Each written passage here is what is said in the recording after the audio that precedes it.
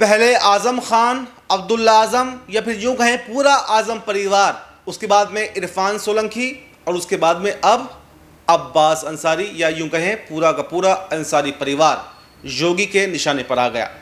और एक के बाद एक ये देखा जा रहा है कि विधायकों की रद्द होती जा रही है। यानी अगर मोटे मोटे तौर पर कहें तो विपक्षी विधायक हों या सांसद हों, उनके लिए खतरा उत्तर प्रदेश के अंदर बरकरार है। और योगी आदित्यनाथ ने एक ऐसा माहौल क्रिएट कर दिया है कि हर जो मुस्लिम नेता है वो भड़काऊ भाषण देता है या फिर उसका कोई ना कोई भूमाफियाओं से या माफियागिरी से उसका ताल्लुक़ है। हालांकि देखिए, हम मुख्तार अंसारी का समर्थन नहीं करते हैं। मुख्तार अंसारी ने जो किया उसको सज़ा मिली, कोर्ट से सज़ा हुई, जेल में रहकर बिताना पड़ा। लेकिन अभी पूरे समीकरणों को आप देखें, अगर आज़म खान की बात कर लें तो आज़म खान ने कौन से ऐसे भड़काऊ भाषण दिए थे, आज़म खान ने कौन सी ऐसी चोरी की थी, आज़म खान ने कौन सी ऐसी डकैती की थी कि उन पर मुर्गी चोरी, बकरी चोरी, भैंस चोरी, टोटी चोरी, इस तरह के आरोप लगाए गए और आज़म खान को पूरा का पूरा बर्बाद करके रख दिया। आप देख सकते हैं कई सालों से आज़म खान जेल के अंदर बंद हैं। भले ही अब्दुल्ला आज़म जेल से रिहा होकर के आए हों, लेकिन उनकी विधायकी भी रद्द हो चुकी है। अब उनका कोई सियासी भविष्य दिखाई नहीं दे रहा। जो यूनिवर्सिटी उन्होंने अपनी ज़िंदगी भर की कमाई लगाकर बनाई थी, उस पर भी कहीं ना कहीं ताले लटकने की बात जो है वो सामने आ रही है। लगातार कोई ना कोई मामला है वो निकल कर आता रहता है। और ऐसे में अब सबसे ज़्यादा मामला गरमाया हुआ है अब्बास अंसारी को लेकर। अब्बास अंसारी ने सिर्फ इतना कहा था कि जो भ्रष्ट अधिकारी हैं उनको हम सरकार बनने के बाद में देख लेंगे।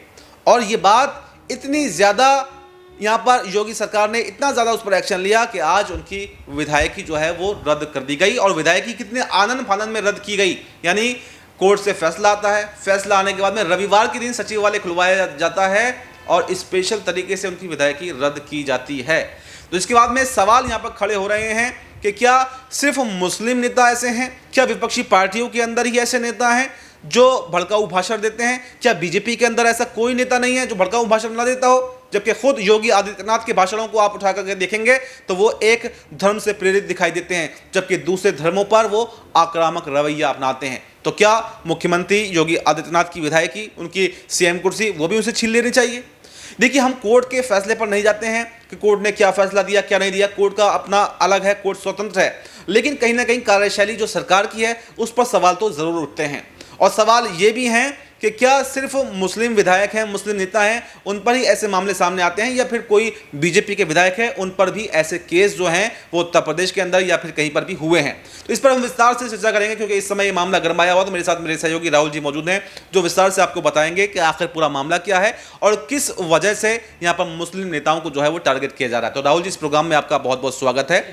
मेरा पहला ही सवाल आपसे रहेगा, हम उत्तर प्रदेश के अंदर देख रहे हैं, देश के अंदर भी देखा हमने, 2014 के बाद से माहौल एकदम बदल गया है। और ख़ास तौर से उत्तर प्रदेश की बात कर लें तो 2017 के बाद में जो बड़े बड़े नेता कहे जाते थे, आज़म खान हों, मुख्तार अंसारी, अब्बास अंसारी हों या इरफान सोलंकी हों, ये सारे नेताओं पर जो मुसीबतें बीजेपी सरकार बनने के बाद में आई, ये सब ने देखा। और इन मुसीबतों का सामना उनको यूं करना पड़ा क्योंकि वो एक विशेष धर्म से ताल्लुक़ रखते थे। तो क्या विशेष धर्म के खिलाफ इस तरह से कार्रवाई करना अब योगी आदित्यनाथ को भारी पड़ सकता है?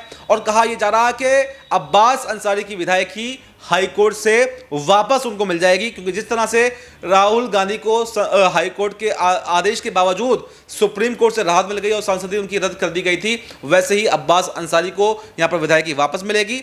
और जो मंसूबा योगी आदित्यनाथ चला रहे थे उनका कहीं ना कहीं वो फेल होता हुआ दिखाई देगा। तो क्या आपको लगता है कि हाई कोर्ट से राहत मिलेगी? और क्या ये टारगेट करना, ये योगी आदित्यनाथ की टारगेट जो है उन्होंने किया है, क्या ये आगे चल के कामयाब आएगा? इसका फायदा उनको मिलेगा या आने वाले समय में इसका नुकसान उनको उठाना पड़ेगा? जी बिल्कुल, देखिए अब्बास भाई, जिस तरीके से देखा जा रहा है कि जो अब्बास अंसारी हैं उनकी मुश्किलें लगातार बढ़ रही हैं और हेट स्पीच के मामले में उन्हें सजा सुनाई गई है, 2 साल की सजा। और ऐसे में देखा जा रहा है कि क्या अब्बास अंसारी को हाई कोर्ट से राहत मिल सकती है, क्या सुप्रीम कोर्ट जाएंगे वहां से राहत मिलेगी? लेकिन एक छोटी सी बात है, ये देखा जा रहा है कि क्या योगी सरकार एक खास वर्ग को टारगेट कर रही है, इरफान सोलंकी। उसके बाद हम उससे पहले हम आज़म खान को देख लेते हैं, इरफान सोलंकी, फिर हम देखते हैं उनकी पत्नी नसीम जो है वो चुनाव भी लड़ती हैं। हालांकि नसीम ने ये कहा भी था कि उनके पति को जानबूझकर फंसाने का काम किया गया।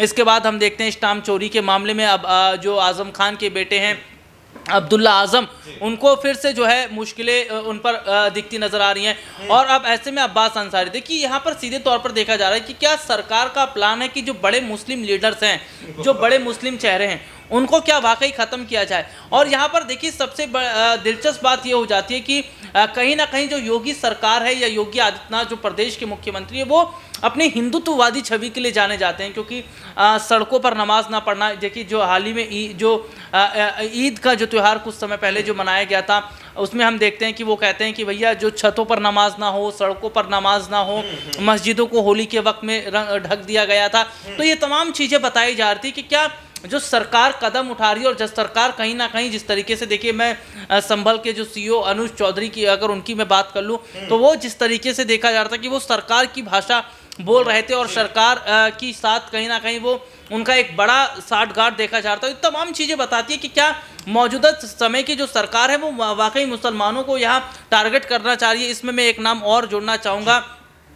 देखिए संभल से ही अगर मैं बात करूं तो बड़ी खबर है कि ज़ियाउर रहमान की मैं बात करना चाहूँगा। उनको देखिए किस तरीके से उनका घर जो है वो गिराने की बात देखी गई, बिजली काट दी गई, और कहीं ना कहीं ये कहा गया कि भैया उन्होंने भी कहीं ना कहीं चोरी की है, बिजली के बिल वगैरह नहीं दिए हैं। तो ये तमाम चीज़ें देखी जा रही है कि क्या बीजेपी ये चाहती है कि जो बड़े मुस्लिम लीडर्स हैं उनको कहीं ना कहीं दबोचा जाए उन्हें। अच्छा, यहीं से मेरा एक सवाल और रहेगा कि काफ़ी समय से ये बिल्कुल देखा जा रहा है कि एक के बाद एक जो है मुस्लिम नेताओं को टारगेट किया जा रहा है और उसके निशाने पर अब अब्बास अंसारी आ गए हैं। लेकिन क्या अब्बास अंसारी को अगर हाई कोर्ट से या सुप्रीम कोर्ट से राहत मिलती है तो क्या योगी सरकार को ऐसा मंसूबा जो है उनका फेल हो जाएगा और वो उनको भारी पड़ता हुआ दिखाई देगा? और क्या भविष्य में आने वाले समय में वो अपने मंसूबों को भूल जाएंगे और मुस्लिम नेताओं को टारगेट नहीं करेंगे?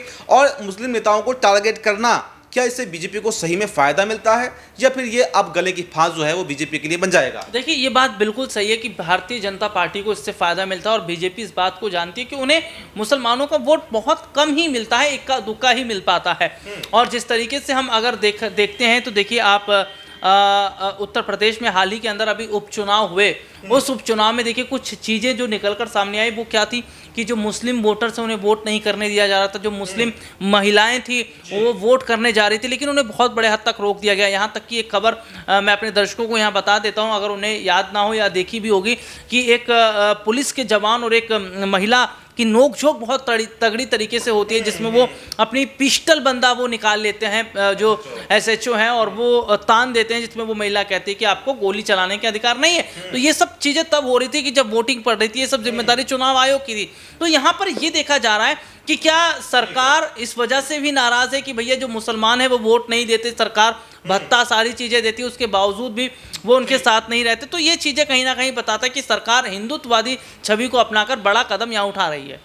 तो देखिए हमारे सहयोगी ने विस्तार से बताया कि बिल्कुल यहाँ पर मुस्लिम नेताओं को, मुस्लिम वर्ग को टारगेट करने की कोशिश ज़रूर उत्तर प्रदेश के अंदर की गई है, लेकिन अगर कोर्ट से अब्बास अंसारी को राहत मिलती है तो आने वाले भविष्य में ये देखा जा सकता है कि मुसलमान नेताओं को एक अच्छा मौका आगे बढ़ने का मिले और बीजेपी को ये चाल जो है उनकी उल्टी हुई भी पड़ती हुई दिखाई दे सकती है। इस पर आपकी क्या राय है कि क्या आने वाले समय में ऐसा क्या होना चाहिए? अपनी राय कमेंट बॉक्स में ज़रूर दें और फिलहाल हमें दीजिए इजाज़त। नमस्कार।